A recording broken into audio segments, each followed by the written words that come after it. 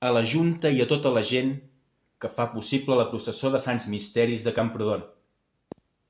Avui, dia de Dijous Sant, els armats de Camprodon, puntuals com sempre, a 2:15 del vespre al monestir de Sant Pere, iniciaríem la primera de les desfilades de la nostra tan popular i estimada processó de Setmana Santa, amb una escenificació al Pont Romà que aplega any rere any centenars de persones per veure l'espectacle.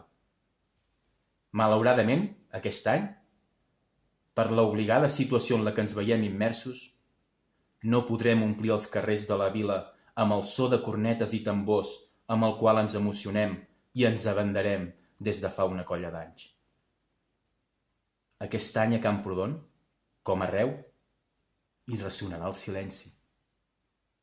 El silenci d'un poble, o millor dit d'una societat, que reflexiona i s'autoconvenç que de tot això ens en sortirem més vius i més reforçats.